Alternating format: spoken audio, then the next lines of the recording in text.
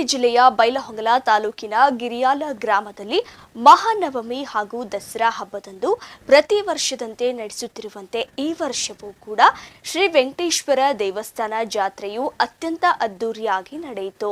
ಬೆಳಗಾವಿ ಜಿಲ್ಲೆಯ ಬೈಲಹೊಂಗಲ ತಾಲೂಕಿನ ಗಿರಿಯಾಲ ಗ್ರಾಮದಲ್ಲಿ ಮಹಾನವಮಿ ಹಾಗೂ ದಸರಾ ಹಬ್ಬದಂದು ಪ್ರತಿ ವರ್ಷದಂತೆ ನಡೆಯುತ್ತಾ ಇರುವಂತೆ ಈ ವರ್ಷವೂ ಕೂಡ ಶ್ರೀ ವೆಂಕಟೇಶ್ವರ ದೇವಸ್ಥಾನ ಜಾತ್ರೆಯು ಅತ್ಯಂತ ಅದ್ದೂರಿಯಾಗಿ ನಡೆಯಿತು.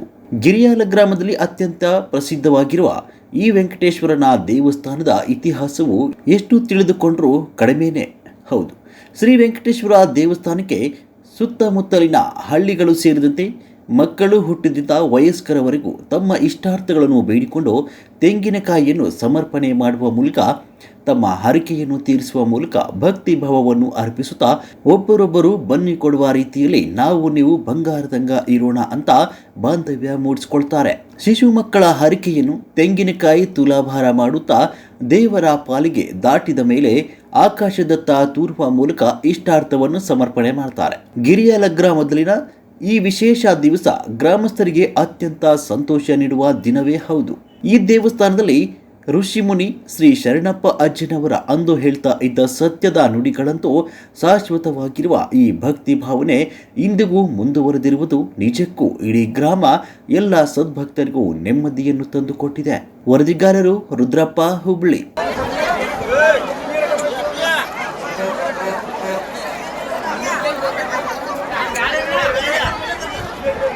ಆಯುಷ್ಯ ಆರೋಗ್ಯ ಕೊಟ್ಟ ಕಾಪಾಡಲಿ ಅಂತ ಅವರಲ್ಲಿ ಕೇಳಿಕೊಳ್ತೀನಿ.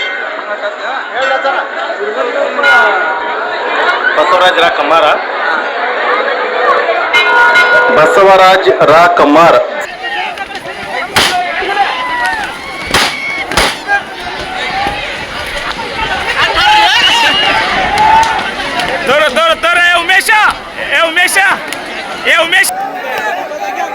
ನಾಗೇಶ್ ಅನಬೂರ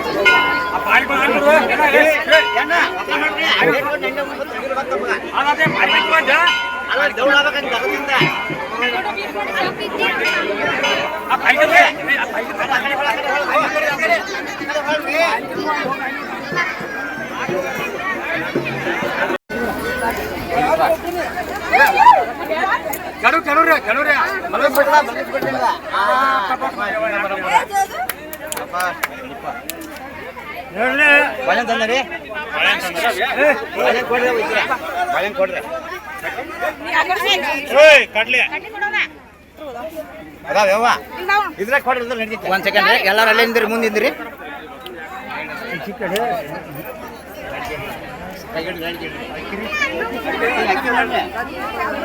ಏನಂತಂದ್ರೆ ಇಟ್ಬಿಡೋದಕ್ಕ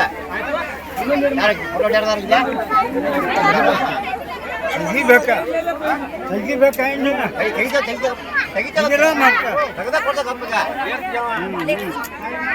ಹೆಂಗ ಬರ್ಬೇಕಂತ ಹಂಗು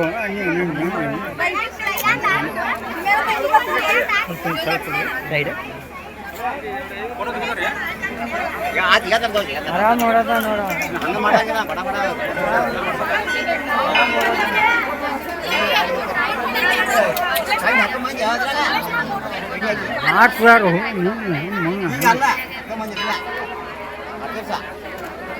ಮನ್ಯಾಗ ಹೆಚ್ಚು ಬರ್ತೇವೆ ನಾವು.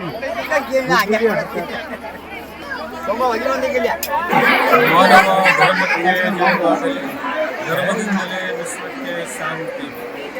ಬೆಳಗಾವಿ ಜಿಲ್ಲೆಯಲ್ಲಿ ಗಿರಿಯಾಲ ಗ್ರಾಮ ಅಂತಕ್ಕಂಥದ್ದು ಮತ್ತು ಈ ಗಿರಿಯಾಲದಲ್ಲಿ ಅತ್ಯಂತ ಒಂದು ಪುರಾತನ ಕಾಲದಿಂದಲೂ ಕೂಡ ಇಲ್ಲಿ ಹೋಬಳೇಶ್ವರ ಮತ್ತು ಸ್ವಾಮಿ ವೆಂಕಟೇಶ್ವರ ಸ್ವಾಮಿ ನೆಲೆಸಿರ್ತಕ್ಕಂಥ ಪವಿತ್ರವಾಗಿರ್ತಕ್ಕಂಥ ಪುಣ್ಯತಾಣ ಗಿರಿಯಾಲ ಅಂತಕ್ಕಂಥದ್ದು ಒಂದು ಹೆಸರೇ ಗಿರಿ. ಮತ್ತು ಸ್ವಾಮಿ ವೆಂಕಟೇಶ್ವರ ಇರುವುದು ಕೂಡ ತಿರುಪತಿಯಲ್ಲಿ ಗಿರಿಯಲ್ಲೇ ವಾಸ ಮಾಡಿರ್ತಕ್ಕಂಥದ್ದು. ಆ ತಿರುಪತಿಯಷ್ಟೇ ಪವಿತ್ರವಾಗಿರ್ತಕ್ಕಂಥ ಕ್ಷೇತ್ರ ನಮ್ಮ ಕರ್ನಾಟಕದಲ್ಲಿ ಅಥವಾ ಬೆಳಗಾವಿ ಜಿಲ್ಲೆಯಲ್ಲೇ ಗಿರಿಯಾಲ ಅಂತಕ್ಕಂಥದ್ದು ಅತ್ಯಂತ ಪವಿತ್ರವಾಗಿರ್ತಕ್ಕಂಥ ಹಸುರಿನ ಸ್ವರ್ಗಸಿರಿಯ ಹುಲ್ಲುಗಾವಲಿನ ಮಧ್ಯದಲ್ಲಿ ನಮ್ಮ ಚಿಕ್ಕಬಾಗೇವಾಡಿಯ ಗೌಡರ ಆಕಳು ಎಂದು ಇಲ್ಲಿ ಬಂದು ಹಾಲನ್ನು ನೈದು ಸಂಜೆ ಹಾಲಲ್ಲಿ ಉಣಿಸುತ್ತಿತ್ತು ಅನ್ನೋದನ್ನ ಪುರಾಣ ಇತಿಹಾಸ ಮತ್ತು ಈ ನಮ್ಮ ಬೆಂಗಳೂರವರು ಬಂದಿರತಕ್ಕಂಥ ಒಂದು ಈ ಚರಿತ್ರೆ ಸ್ಥಳದ ಬಗ್ಗೆ ಗೊತ್ತಾಗ್ತದೆ. ಹಾಗಾಗಿ ಈ ಗಿರಿಯಾಲಕ್ಕೆ ಚಿಕ್ಕಬಾಗೇವಾಡಿ ಗೌಡರ ಆಕಳು ಬಂದು ಹಾಲು ಉಣಿಸಿ ಅದು ಹುಟ್ಟಿತ್ತು. ಅವರಿಗೆ ಎಲ್ಲ ಇಷ್ಟೆಲ್ಲ ಸದೃಢವಾಗಿರ್ತಕ್ಕಂಥ ಆಕಳು ಹಾಲು ಎಲ್ಲಿ ಉಣಿಸೋದ ಅಂತೇಳಿ ಅವರ ಆಕಳನ್ನ ಅದಕ್ಕೆ ಅವರು ಹಾಳು ಮಕ್ಕಳನ್ನ ತಳಿಸ್ತಾರೆ. ಒಂದು ದಿವಸ ಹಾಲು ಕೊಡ್ತಾ ಇಲ್ಲ, ನೀವು ಸುಳ್ಳು ಹೇಳ್ತೀರಿ ಅಂತೇಳಿ ಆ ಆಕಳನ್ನ ಹಿಂಬಾಲಿಸಿ ಬಂದಾಗ ಇದೇ ಪವಿತ್ರವಾಗಿರ್ತಕ್ಕಂಥ ಸ್ಥಳದಲ್ಲಿ ಅದು ಹಾಲನ್ನು ಉಣಿಸ್ತಾ ಇರ್ತದೆ. ಹಾಗಾಗಿ ಎಲ್ಲರೂ ನೋಡಿದಾಗ ಅಲ್ಲಿ ಸ್ವಾಮಿ ವೆಂಕಟೇಶ್ವರ ನೆಲೆಸಿದ್ದಾನೆ ಅಂತಕ್ಕಂಥದ್ದನ್ನ ತಿಳಿದುಕೊಂಡು ಆವತ್ತಿನಿಂದ ಇವತ್ತಿನವರೆಗೂ ನಮ್ಮ ಬೆಳಗಾವಿಯ ಒಂದು ಜಿಲ್ಲೆಯಲ್ಲಿ ಅತ್ಯಂತ ಇಲ್ಲಿ ಪವಿತ್ರವಾಗಿರ್ತಕ್ಕಂಥ ಮುತ್ನಾಳದ ಮತ್ತು ಗಿರಿಯಾಲದ ಎರಡು ಪಲ್ಲಕ್ಕಿಗಳು ಕೂಡಿ ಈ ದಸರಾ ಶರನ್ನವರಾತ್ರಿಯ ಶುಭ ಸಂದರ್ಭದಲ್ಲಿ ಬನ್ನಿಯನ್ನು ಮುಡಿತಾರೆ. ಇಲ್ಲಿ ಸಹಸ್ರಾರು ಸಂಖ್ಯೆ ಎಲ್ಲ ಸುತ್ತಮುತ್ತಲಿನ ಹಳ್ಳಿ ಜನರೆಲ್ಲ ಬರ್ತಾರೆ. ಇಲ್ಲಿ ವಿಶೇಷವಾದಂಥ ಒಂದು ಹರಕೆ ಏನು ಅಂತಂದ್ರೆ ತಮ್ಮ ಮಕ್ಕಳ ತೂಕ ಅವರು ಬಿಡ್ಕೊಂಡಿರ್ತಕ್ಕಂಥದ್ದನ್ನ ಕಾಯಿಯನ್ನು ಇಲ್ಲಿ ಪಲ್ಲಕ್ಕಿ ಬಂದ ನಂತರ ಮೇಲೆ ಆರಿಸ್ತಾರೆ. ಅವರು ಎಷ್ಟು ಲಕ್ಷಗಟ್ಟಲೆ ಕಾಯಿ ಹೋಗಿದ್ರು ಕೂಡ ಒಬ್ಬರಿಗೂ ಕೂಡ ಬೀಳುವುದಿಲ್ಲ, ಪೆಟ್ಟಾಗುವುದಿಲ್ಲ. ಆದರೆ ನಮ್ಮ ಬೆಳಗಾವಿ ಜಿಲ್ಲೆಯಲ್ಲಿ ಅತ್ಯಂತ ಪವಿತ್ರವಾಗಿರ್ತಕ್ಕಂಥ ಈ ಓಬಳೇಶ್ವರ ವೆಂಕಟಸ್ವಾಮಿಯ ಪುಣ್ಯಕ್ಷೇತ್ರದಲ್ಲಿ ಅವರ ಭಕ್ತಿಯ ಫಲವಾಗಿ ಇವತ್ತು ಕಾಯಿಯನ್ನು ಆರಿಸ್ತಾರೆ. ಅದು ಯಾರೇ ಕಮಿಟಿಯವರು ಇಟ್ಕೊಳ್ಳೋದಿಲ್ಲ, ಯಾವುದೇ ಇದಕ್ಕೆ ಉಪಯೋಗಿಸೋದಿಲ್ಲ. ಅದು ಯಾರು ಅವ್ರು ಬೇಕಾದವರು ಆ ಫಲವನ್ನು ತಗೊಂಡ್ಕೊಂಡು ಆರಿಸ್ಕೊಂಡು ಅವರೇ ಹೋಗ್ತಾರೆ. ಒಬ್ಬರಿಗೂ ಕೂಡ ಪೆಟ್ಟಾಗದೇ ಇರ್ತಕ್ಕಂಥದ್ದು ಇದು ವಿಶೇಷ ಜಾತ್ರೆಯಲ್ಲಿ ನಮ್ಮ ಬೆಳಗಾವಿ ಜಿಲ್ಲೆ ಅಷ್ಟೇ ಅಲ್ಲ, ಕರ್ನಾಟಕದಲ್ಲಿ ಒಂದು ಅತ್ಯಂತ ಪವಿತ್ರವಾಗಿರ್ತಕ್ಕಂಥ ಸ್ಥಳ ಅದು ಯಾವುದಾದ್ರೂ ಇದ್ದರೆ ಗಿರಿಯಾಲದ ಸ್ವಾಮಿ ವೆಂಕಟೇಶ್ವರ. ಈ ಗಿರಿ ಮಧ್ಯದಲ್ಲಿ ಸುತ್ತ 7 ಬೆಟ್ಟಗಳನ್ನು ಹೇಗೆ ಕಾಣ್ತವೆ ಇಲ್ಲಿ ನಿಂತು ನೋಡಿದ್ರೆ ಸುತ್ತಮುತ್ತಲಿನ ಎಲ್ಲ ಪರಿಸರವನ್ನು ಕೂಡ ನಾವು ನೋಡಬಹುದು.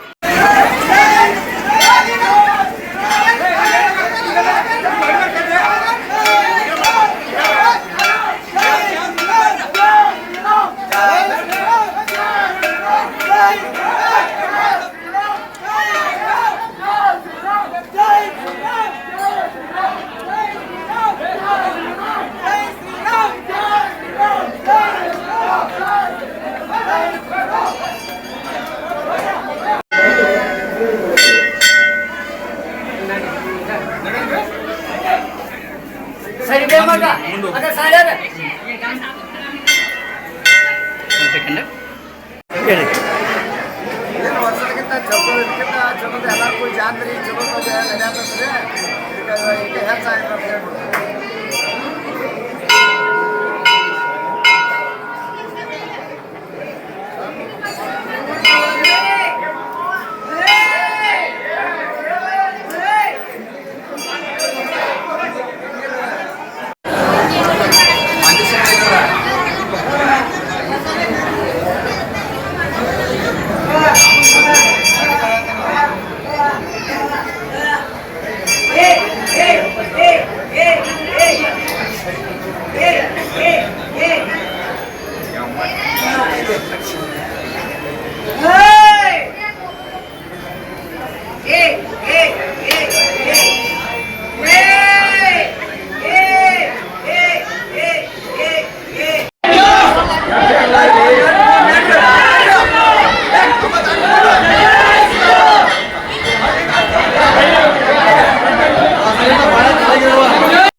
ವಿಶೇಷವಾಗಿ ಇಲ್ಲಿ ಜಾತ್ರೆಯ ಎಲ್ಲ ಕಡೆ ಬಾಳೆಹಣ್ಣು ತೂರುವಂಥ ತೀರಲ್ಲೇ ನೋಡ್ತಾ ಇದ್ದೇವೆ. ಇಲ್ಲಿ ವಿಶೇಷವಾಗಿ ವೆಂಕಟೇಶ್ವರ ಜಾತ್ರೆ ಅಜ್ಜನವರದಲ್ಲಿ ತೆಂಗಿನಕಾಯಿ ಹಾರಿಸುವಂಥ ಪದ್ಧತಿ ಇದೆ.